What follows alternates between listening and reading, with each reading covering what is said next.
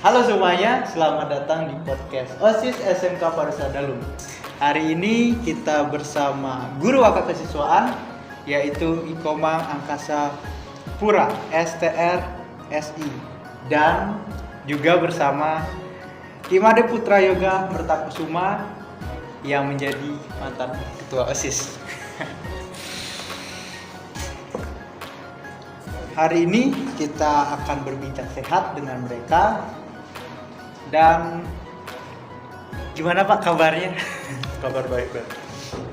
Gimana? Bagaimana kabarnya? Sehat? Baik juga Pak. Gimana tadi pas perjalanan ada Ya, kendala? sedikit hujan dan macet sih. Nih Yoga gimana Yoga? Hah? Kendala ya jalanan nanti gimana? Wah, habis nyuci ke sini langsung.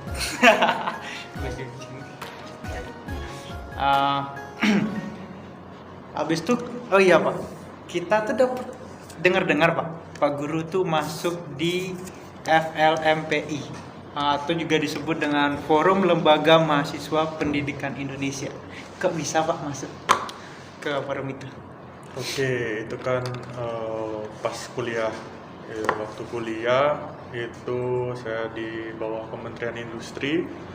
Untuk mahasiswa yang di bawah Kementerian Industri itu punya lembaga yang namanya FLMPI. Nah, di sana saya sebagai ketua sekbid di Kasrat, kajian strategi. Jadi kita itu ada yang internal di kampus, ada juga yang kegiatan kita di untuk di Kementerian Industri seperti itu. Wih, pasti sibuk tugasnya tuh ya. Tidak juga kan? Itu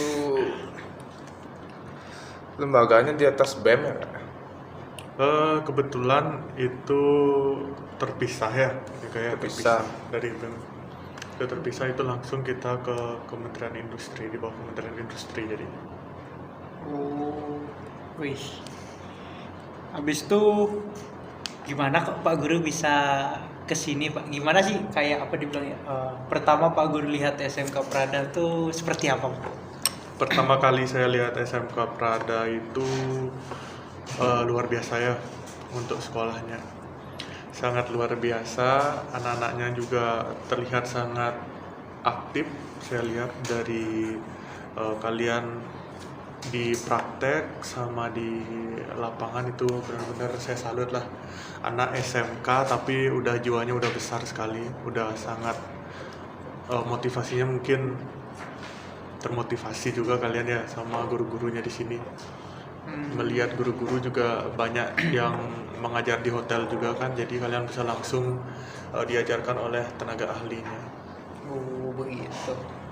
Habis itu nih Pak Guru kan selaku waka kesiswaan, Ya benar deh. berarti kan tentang Saya bergabung di sini baru 2 bulan. jadinya. 2 bulan. Baru 2 bulan. Masih baru.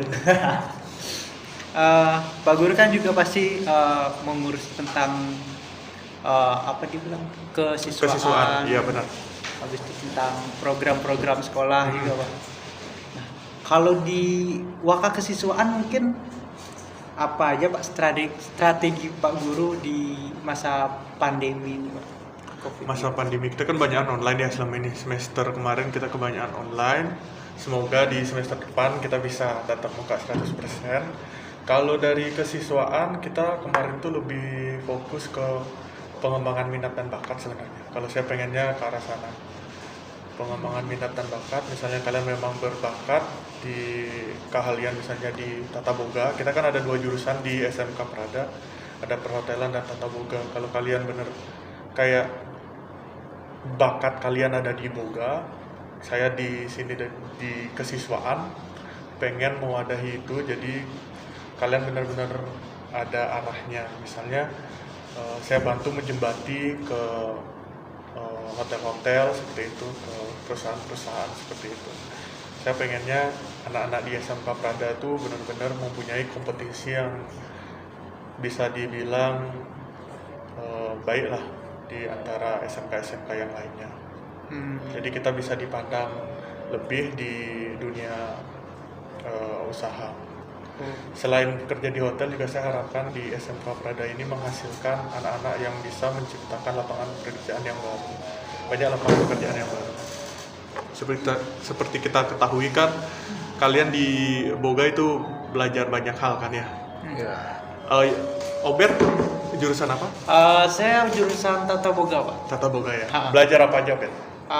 Belajarnya tentang ya biasalah di basic dari masak, habis itu dari service, pastry bakery gitu, Pak. Nah itu kan kayak belajar pastry, bakery, itu kan Obet udah mengerti kan, udah Sudah. diajarkan kan. Sudah, Pak. Saya harapkan sih Obet bisa membuka lapangan pekerjaan yang baru, buka usaha lah kan. Amin, Seperti Pak. itu kalau saya harapkan. Pokoknya saya harap ke arah sana sih. Kita berpikirnya sekarang tuh lebih berpikir kreatif. Oke, Pak. Ini juga ada beberapa pertanyaan nih yang kita kita buat kemarin malam di IG OSIS. Ini ada yang bertanya tentang kesiswaan juga nih, Pak. Apa tuh? Bagaimana jika siswa itu tidak atur, gimana sih Pak Guru cara menanganinya gitu, Pak? Siswanya tidak Bisa diatur? bisa diatur. Oke, yang pertama sih saya tanya dulu ke siswanya. Tidak bisa diatur dalam bidang apa nih? Mungkin di dia mungkin kayak Contohnya apa? pelanggaran gitu, Pak. Ya. Lebih ke pelanggaran. Oke, kalau lebih ke pelanggaran saya langsung ngobrol berdua sama yang bersangkutan, sama siswanya atau siswinya. Saya tanyakan apa yang menyebabkan sifat sama karakternya seperti itu. Jadi saya harapkan di situ siswa atau siswinya itu terbuka apa masalahnya yang menyebabkan hal itu terjadi. Kalau memang berulang kali seperti itu, mungkin saya akan mengobrol dengan orang tuanya. Oke. Ini ada juga dari selanjutnya, apa boleh rambut dipotong di bagian samping saja, Pak? Ini ada yang nanya nih, banyak. Dilihat-lihat ini mantan ketua OSIS-nya ini ya. Kalau menurut saya sih dalam prinsipnya ya, untuk potong rambut seperti itu ya, aturan untuk potong rambut di sekolah. Untuk potongan rambut itu saya kebetulan dari SD, SMP, SMA saya menganut prinsip berambut panjang. Kalau menurut saya, kalau misalnya tidak menyalahi aturan sekolah, karena kalian bersekolah di sini, jadi kalian harus menaati peraturan yang ada. Tapi kalau misalnya harus 1 senti, itu kan berpengaruh ke mental siswanya, itu kan berpengaruh. Kadang ada orang yang percaya diri dengan dia berambut panjang, ada yang percaya diri dengan mereka berambut pendek. Nah itu kita nggak bisa kehendaki lah yang kayak gitu. Mungkin kita berikan mereka arahan kenapa rambutnya harus seperti yang ada di aturan, misalnya harus 1 senti seperti itu. Kita jelaskan apa tujuannya. Kita kan sekolah perhotelan, dimana kita di sini menjual jasa. Orang yang kita berikan jasa itu pasti pertama kali itu melihat penampilan yang pertama. Kalau penampilan udah kurang baik, mungkin tamu tuh jadi mikir untuk ini, nggak puas jadinya mereka gitu, seperti itu kan. Kalau misalnya ada siswa yang misalnya tidak suka berambut pendek, itu kadang-kadang juga mengganggu sih mental mereka. Kayak mereka jadi malas juga masuk ke sekolah karena takut. Mungkin dari siswa juga berpikir seperti itu kan ya. Banyak siswa yang seperti itu. Banyak siswa yang nggak pede kalau rambut mereka pendek. Padahal ganteng-ganteng loh kalau rapi rambutnya pendek seperti itu. Saya juga dulu mengalami hal yang sama. Saya juga tidak pede dengan rambut yang pendek biasanya. Wih, habis itu ini ada satu lagi yang nanya, bagaimana Oh, Gimana Ben? ini banyak nih pertanyaan nih. Masih dipilah-pilah. Eh, Berapa pertanyaan yang masuk? Lebih dari 1.000. Lebih dari 12 orang sih, Pak. Oh, 12 orang. Iya, Pak. Wih. Gini, tentang mungkin hari Kamis ini, Pak. Ya, hari Kamis. Kebaya untuk wanita, kebaya. Iya, kebaya untuk wanita itu boleh brokat atau kain sari gitu. Oh, ini balik lagi ke aturan berarti ya. Iya, Pak. Sama sih Bet, kalau dari saya untuk aturan itu harus kita taati. Di balik aturan itu pasti ada maknanya. Seperti yang kalau di sekolah untuk cewek kan hari Kamis pakai baju adat, dilarang untuk pakai brokat. Kita kan bisa lihat sendiri brokat memang agak lebih terbuka ya, lebih terbuka. Kalau kain sari itu lebih sopan. Gitu sih Bet. Oke. Ini pertanyaan saya pribadi nih, Pak. Ya gimana tuh Bet? Tentang pembulian yang sering terjadi di sekolah, Pak. Gimana? Emang di kelas Obet ini lagi ada yang dibully. Nggak ada sih, Pak. Tapi kan di berita-berita itu pasti banyak kasus Oke. pembulian. Tapi di SMK Prada aman kan? aman, Pak. Di kelas Obet aman berarti ya. Aman. Kalau di kelas yoga ada pembulian? Enggak aman. Nggak ada ya. Kalau menurut saya sih kalau di tahun sekarang di 2022 kayaknya untuk apa sih ngebully? Nggak ada gunanya juga. Nggak dapat apa-apa juga. Saya benci pembuli sebenarnya. Bully itu menyebabkan banyak hal loh yang kita nggak tahu, nggak sadar. Orang yang dibully itu mungkin dia akan berpengaruh ke mentalnya ya. Mentalnya sangat-sangat berpengaruh. Banyak juga yang bunuh diri karena sering dibully di sekolah kayak gitu. Kita nggak pernah tahu soalnya seberapa kuatnya orang, seberapa kuat mentalnya orang. Kalau kita bully itu gimana mereka tahannya itu kita nggak tahu. Kadang juga mereka punya suatu sensitivitas yang berbeda-beda. Misalnya Obet nggak suka dibilang Obet rambutnya kayak brokoli. Ada orang yang biasa aja kan, ada orang yang biasa aja. Tapi ada orang yang sampai rumah pun dia berpikir loh, Sensitif, Pak. memang rambut saya seperti brokoli ya pasti. Kadang ada orang yang seperti itu yang kita nggak tahu. Itu bakal terus menjadi pikirannya dia. Jadi beban, terus dia jadi sering kepikiran masalah itu, sering nggak pede jadinya. Lama-lama dia pasti kayak stres sih mungkin jatuhnya ya. Ntar mungkin jadi sakit juga karena kepikiran terus masalah itu. Benar sih, Pak. Itu sih. Ada juga yang kalau misalnya dibully kayak dia tuh ngerasa dirinya mungkin yang paling tersakiti ya. Bener. Banyak sih ngaruhnya, itu luar biasa loh pengaruhnya ke mental loh. Ada juga dia jadi dendam jadinya. Cuma kita diambil yang positif ya. Ada juga orang yang sering dibully dia jadiin motivasi. Iya, benar. Dia jadiin motivasi. Jadi kedepannya mungkin yang dibully misalnya rambut kayak tadi dibilang brokoli, mungkin dia jadi lebih memperhatikan rambutnya, gimana caranya lebih tertata kayak gitu. Iya, benar. Ada juga yang seperti itu. Jadi gimana orangnya itu sih. Jadi beda-beda setiap orang soalnya. Ini ada muncul lagi pertanyaan, Pak. Kita ada sponsor musik ya? Oke. mohon maklum di belakang ada pelatihan. Ini ada pertanyaan yang muncul tentang batas kaos kaki, Pak. Nah, Batas kaos kaki. sering dicari ini. Batas kaos kaki. Balik lagi ke aturan ya. Iya. Obet umur berapa sekarang? Sekarang 18, Pak. 18.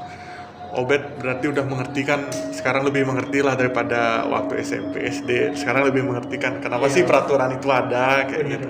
Obet kan sekarang di sekolah di ini ya, di sekolah pariwisata ya, jadi balik lagi sih kita pelayanan soalnya Ben. Jadi gimana caranya kita terlihat rapi, terlihat bersih, melayani dengan baik itu untuk tamunya. Jadi kepuasan tamunya sih. Jadi seperti itu. Jadi di SMK inilah yang kalian diajarkan bagaimana berpenampilan baik untuk kalian ntar di dunia kerja. Jadi itu kan menjadi kebiasaan. Sama kayak mulai sekolah jam berapa, Bet? Jam 7 kalau pagi. Jam 7.30 Biasanya ya? jam Jam 7.30. Kenapa harus pagi? Pasti banyak yang nanya kenapa sih harus Iya. pagi? Apalagi hari Senin ya? Bener. Kenapa sih harus pagi? Kerja tuh mulai jam segitu. Jadi kalian dibiasakan untuk menghadapi dunia kerja. Gitu sih. Wih, ini ada pertanyaan yang paling bagus nih, Pak. Apa? Bagaimana program Bapak ke depannya? Program ke depannya, saya harapkan sih dari kompetensi balik lagi, saya harapkan di SMK Pariwisata Dalum ini kita mempunyai anak didik yang bisa bekerja dengan baik di dunia kerja, di hotel, di restoran, dan mampu bersaing. Selain itu juga saya harapkan anak didik sekarang mempunyai skill, mempunyai karakter yang baik untuk membuka sebuah usaha. Jadi nggak percuma untuk menghabiskan waktu selama ini di sekolah. Iya, benar sih, Pak. Kadang orang mikir buat apa sih sekolah kayak gitu kan. Iya, Pak. Di sini udah kita buktikan. Mungkin Sekolah itu penting. Sekolah itu penting. Yang saya dapatkan di sekolah ya ini. Jadi kalian pasti akan merasakan pas kalian ada di dunia kerja ataupun buka usaha. Jadi kalian pasti berpikir, oh jadi ini loh manfaatnya saya sekolah, seperti itu. gitu. Untuk kedepannya yang saya harapkan dari SMK Prada itu kita dapat membangun suatu sekolah di mana kita menerapkan teaching factory itu lebih banyak. Jadi kita sudah berbasis untuk program kedepannya itu benar-benar seperti kita ada di dunia kerja. Jadi sekolah yang saya harapkan itu kita sekolah pariwisata, perhotelan, bertingkah laku, berperilaku itu layaknya di hotel. Untuk boga saya harapkan kalian benar-benar disiplin, itu memasak dengan sungguh-sungguh, latihan, belajar, itu seperti kalian misalnya dikasih resep sama gurunya, kalian benar-benar kayak, oh ini order, saya harus buat ini, seperti itu. Benar-benar kayak sekolah ini jadi miniatur hotel lah bisa kita bilang. Iya. Kita juga punya fasilitas yang lengkap. Kita mampu kok seperti itu untuk kedepannya yang saya harapkan. Dan saya harapkan untuk sehari-hari mungkin kita bakal buat kayak one day kita pakai bahasa Inggris full satu hari. Saya harapkan seperti itu sih. Waduh. Karena itu kunci kita di pariwisata kan ya.